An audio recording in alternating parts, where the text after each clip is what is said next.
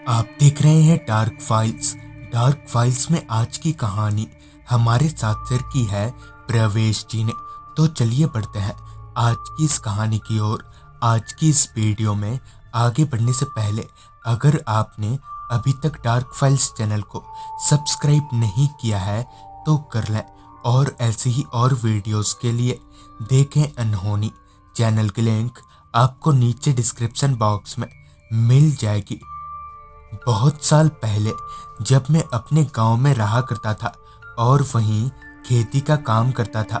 शहर और गांव में वैसे तो अब उतना फर्क रहा नहीं, बस एक ये अंतर है कि शहर के मुकाबले गांव के लोगों के पास वक्त ही वक्त होता है। जहां शहर की भाग दौड़ में लोगों को सांस लेने तक की फुर्सत भी नहीं होती, वहीं गांव में सुबह से ही लोगों की महफिल जमनी शुरू हो जाती है। कुल मिलाकर गांव का वातावरण काफी अच्छा और सुकूनदायक होता है। मगर उसी गांव में मेरे साथ ऐसा हादसा होगा, इसका मुझे रत्ती भर भी अंदाजा नहीं था। दरअसल बात कुछ ऐसी है कि उस वक्त गांव के खेतों में पानी लगाने का काम चल रहा था। पर मेरे लिए दिक्कत ये थी कि पिछले कुछ दिनों से मेरी तबीयत नासाज सी चल रही थी, जिस वजह से खेतों में सही से पानी नहीं लग पा रहा था। ऊपर से इन सब कामों को संभालने वाला घर पर मैं अकेला था। इसी वजह से फसल खराब होने का डर भी मुझे भीतर ही भीतर खाए जा रहा था, और तो मेरी तबीयत भी ठीक होने का नाम ही नहीं ले रही थी। कुछ दिनों के बाद जब दवा का असर होने लगा, तब थोड़े ही दिन में मैं बिल्कुल ठीक हो गया। उसके अगले दिन से ही मैंने खेतों में पानी लगाना शुरू कर दिया। मैंने खेतों में 2-4 दिन पानी लगाया, मगर जब लगा कि इतने से काम नहीं चलेगा, तो मैंने रात के वक्त भी खेतों में पानी लगाने का फैसला किया। उसी रात करीब 9 बजे तक मैं घर से खाना खाकर खेतों की तरफ निकल पड़ा। घुप अंधेरे को चीरती हुई मेरी टॉर्च की लाइट मुझे आगे का रास्ता दिखा रही थी। क्योंकि इधर सिर्फ खेत ही खेत थे, इसलिए रास्ते पर एक भी स्ट्रीट लाइट नहीं थी। चलते चलते जब मैं अपने खेत के पास पहुंचा तो एक नज़र चारों तरफ घुमाई, मगर वहां आसपास कहीं कोई आदमी दिख नहीं रहा था। खैर, मैंने इस पर उतना ध्यान ना देते हुए ट्यूबवेल चला दिया और वहीं खेतों से थोड़ा हटकर बैठ गया। पर मुझे एक बात हजम नहीं हो रही थी कि यहाँ पर आसपास कोई है क्यों नहीं। खैर, मैं चुपचाप वहीं पर बैठा रहा। वहां पर बैठे बैठे अब मुझे काफी वक्त हो चला था, जिस वजह से अब मेरी कमर अकड़ने लगी थी। ऊपर से मुझे जोरदार नींद भी आ रही थी, लिहाजा मैं अपनी जगह पर से उठा और इधर उधर टहलने लगा। अभी मैं टहल ही रहा था कि मुझे पास के तालाब की तरफ से एक आवाज सुनाई दी, जैसे किसी ने पानी में छलांग लगाई हो। तो पहले तो इस आवाज को सुनकर मैं थोड़ा चौंका, मगर दूसरे ही पल मैंने सोचा कि शायद कोई बड़ी मछली होगी। उसके कुछ देर बाद मैंने ट्यूबवेल बंद किया और घर की तरफ चलता बना। घर जाकर मैं चादर तानकर सो गया। अगली सुबह फिर से मैंने वही रूटीन दोहराया।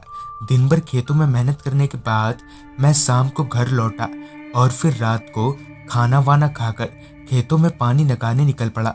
आज भी वो खेतों तक जाने का वो रास्ता घुप अंधेरे में डूबा हुआ था।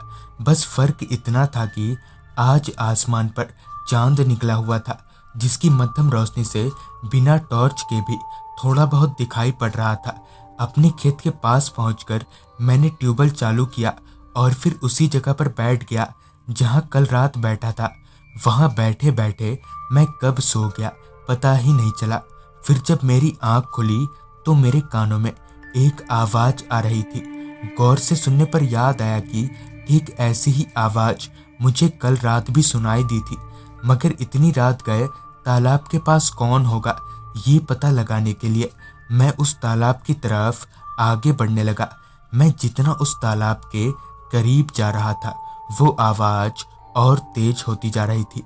चलते चलते जब मैं उस तालाब पर पहुंचा तो टॉर्च की रोशनी इधर उधर घुमाते हुए एक दफा उस पूरे तालाब का जायजा लिया, मगर ना तो मुझे वहां कोई आदमी दिख रहा था और ना ही कोई मछली जो पानी में कूद रही हो। मगर अब भी पानी में छपछपाने की आवाज मैं साफ तौर पर सुन पा रहा था, मगर यह कैसे हो सकता था। अभी मैं टॉर्च घुमाकर इधर उधर देख ही रहा था कि मेरी नजर उस तालाब के ठीक सामने लगे एक पेड़ पर गई, जहां एक आदमी खड़ा था। मैंने झट से टॉर्च की लाइट उस आदमी की तरफ घुमाई तो मुझे वहां कोई नहीं दिखा, मगर जैसे ही मैंने टॉर्च ऑफ किया कि ठीक तभी उसी जगह पर मुझे वही आदमी खड़ा दिखा। हालांकि उस वक्त अंधेरा काफी घना था, मगर चांद की मध्यम रोशनी में उसकी लाल चमकती आंखें और उसका लंबा शरीर मैं साफ साफ देख पा रहा था। मैंने फिर से एक बार उसकी तरफ टॉर्च घुमाई तो अब भी वो आदमी टॉर्च की रोशनी में नहीं आया, पर टॉर्च ऑफ करते ही वो उसी जगह पर खड़ा था। अब तक मैं समझ चुका था कि हो ना हो जरूर दाल में कुछ काला है, लिहाजा मैं बिना कुछ सोचे समझे वहां से भाग निकला। फिर मैंने अपने कदमों को घर की दहलीज पर ही रोका, मगर वो आदमी कौन था और वो वहां क्या कर रहा था, इसका मुझे अब तक पता नहीं चल पाया। कई लोगों से इस बारे में पूछताछ की, मगर कोई साफ साफ कुछ बता नहीं पाया। उस दिन के बाद से आज तक मैं रात के वक्त खेतों में नहीं जाता। तो दोस्तों, ये थी प्रवेश जी की भेजी गई कहानी। अगर आपके पास भी ऐसी कोई कहानियां हैं तो हमारे साथ जरूर शेयर करें। तो मैं आर्यन जल्द ही मिलूंगा आपसे ऐसी ही एक कहानी के साथ।